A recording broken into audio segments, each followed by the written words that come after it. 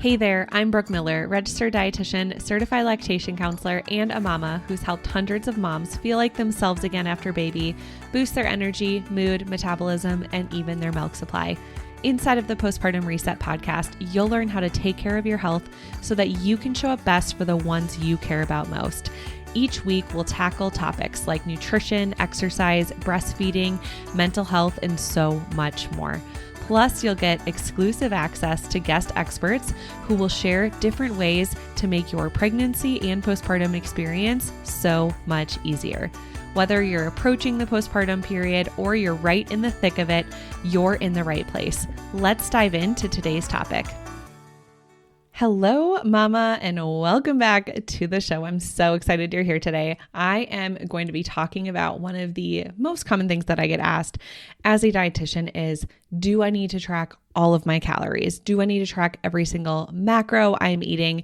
And let's just dive into this topic because this is a lot to unpack. So first and foremost, the one thing that I don't love about calorie tracking and weighing every single morsel of food is, first and foremost, as moms, we already have so much on our plate. And so trying to scan all of our foods in myfitnesspal or trying to weigh out every single thing, it is just very, very time consuming. Something else that can happen with a lot of moms who start to do this is it can lead us down a road of obsession with numbers. And this is something that I found myself doing when I was in college. And so I would track everything in myfitnesspal, and all of a sudden I would look at the rest of my day and it was, 8 p.m. and I'm like, oh, I have 300 calories left today and it's 8 p.m. I need to eat something. And so I'd go grab chips or Doritos or whatever else college students were eating at that time. And I would just go eat something that I wasn't even necessarily planning to eat just because I had enough calories in my day. Something else that I would find myself some days were other days, I would end at 5 p.m. and I had reached my calorie limit for the day, but I was starving. And keep in mind, I was a college athlete. I was exercising. Sometimes my practices, because I was a pitcher, I would be there sometimes for 4 hours. Okay. So I was putting myself on this really restrictive low calorie diet. I was drinking Slim Fast on my way to practice. Is that even a thing anymore? I don't know.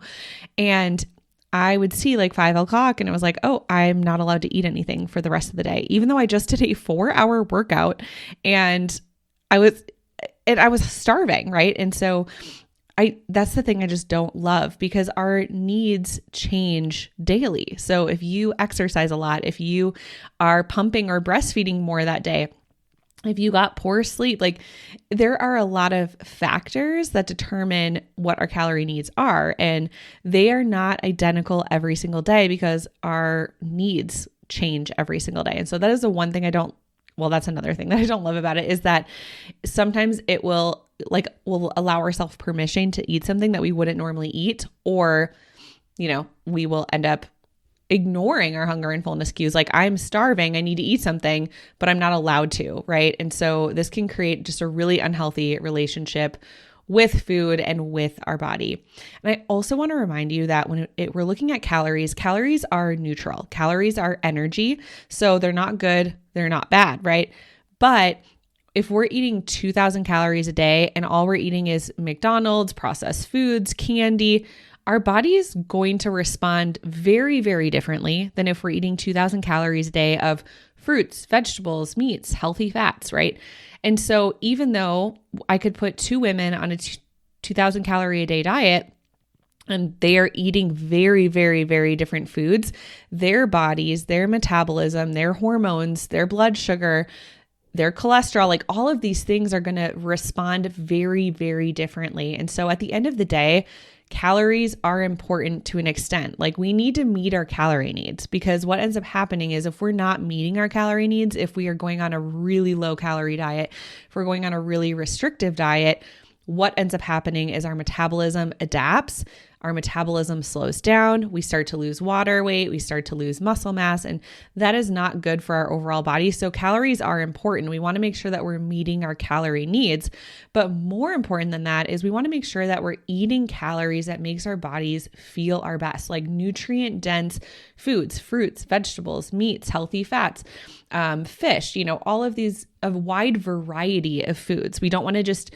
eat something because, we're allowed 300 more calories for that day. And so the quality of our nutrients, the quality of our calories are actually, they're important in how our body is going to feel and function. And so the other thing that I really don't love about tracking every single thing, besides the fact that it's time consuming and it can lead us down a road of obsession, is it really pulls us away from our hunger and fullness signals. And so I just remember back in the day, like there would be some days where I would count my calories and I would be under that day and I felt okay, or I would meet my calorie needs that day and I felt fine, right? And then there would be other days where I would hit that amount and I would feel so incredibly hungry. And it was because first and foremost, I was, probably exercising different that day, but also I was eating very different things. And so again, if I'm eating 1,000 calories earlier in the day, but I'm not eating enough protein or fiber, then I'm going to feel more hungry and more hungry. I'm going to have more cravings. And so that is like something we want to pay attention to. But the other thing is when we're so fixated on the numbers and weighing our food and tracking every single thing that we're eating, then it just pulls us away from being able to tune into our hunger and fullness. And really, we want to get to this place where we can tune into our hunger and fullness signals and it will guide you. So when I'm done with a meal right now, I know like this meal should keep me satisfied for 2 to 3 hours. If it's not, if it's like an hour later and I'm craving something sweet, or it's an hour later and I'm feeling hungry again, then I can look back on that meal. I can look back at my previous meals that day. And I know now, because through all this practice, I can look back and say, oh, I did not eat enough protein at lunch. That's why. Or, ooh, I really should have had an after or a mid-morning snack. Or, oh, yeah, I didn't have my usual breakfast with eggs this morning. I had a half a bagel and that was it. And then I ran out the door. And so I'm really good now at being able to look at my hunger and fullness before and after my meals and easily being able to identify and assess, oh, here's where I needed to make an adjustment, or here's where I need to make an adjustment in the future. And that's really the goal, is to get so good at leaning into your own internal cues that it will guide you moving forward in the future. Now, let's talk about what things can be helpful to track. So a lot of times when moms especially join the postpartum reset, or, I work with them one-on-one, some things I want to know from them is like, how often are you eating? What does your typical eating pattern look like? How many meals and snacks are you eating? Is it consistent timing? Because that really makes a difference. I also want to know what their protein needs are and where they are. So most women, most women are very under their protein needs. And when we are not eating enough protein, we're going to feel hungry more frequently. We're not going to feel satisfied after meals. Something else that a lot of moms are low on the list for are fiber. They're not eating enough fruits and vegetables and fiber. And so this can cause, digestive issues. This can also make us feel hungry more frequently. And so those are two things that I really like moms to track initially. Is let's track your protein for a few days, your grams of protein, and let's track your fiber for a few days. And then there's calculations in there on they can either calculate themselves or have me help them, where I'm like, okay, this is your protein range and this is, how many grams of fiber we're aiming for. And of course, this varies person by person.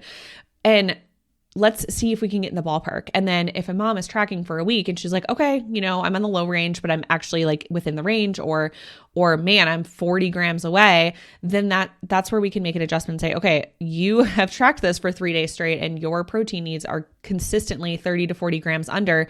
We need to add in a snack. We need to add in, or maybe 2 snacks, or we need to change this. Or if their fiber is really low or really high, asking questions like, are you having digestive issues and bloating, or, digging into that a little bit further and saying, okay, your fiber's really low. We need to add in some fruits or veggies here. We need to add in some sort of snack here. And so I actually really like tracking protein and fiber very short term, just to see if we are in the ballpark range. If you've been wanting to reach your healthiest weight and feel like yourself again postpartum without having to sacrifice your favorite foods or your milk supply, I've got a free workshop just for you. Inside of this free workshop, you'll discover how to boost energy, mood, metabolism, and even protect your milk supply.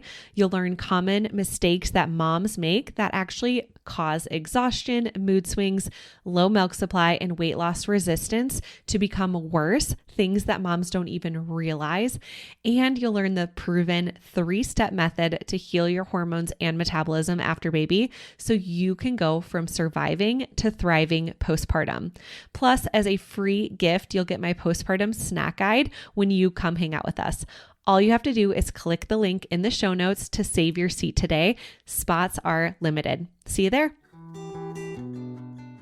Something else that you can track or pay attention to or look at is looking at ingredient labels. And so when I'm comparing ingredient labels of certain foods and brands, I want to try to find something that is higher fiber or higher protein or has more, healthy fat in it.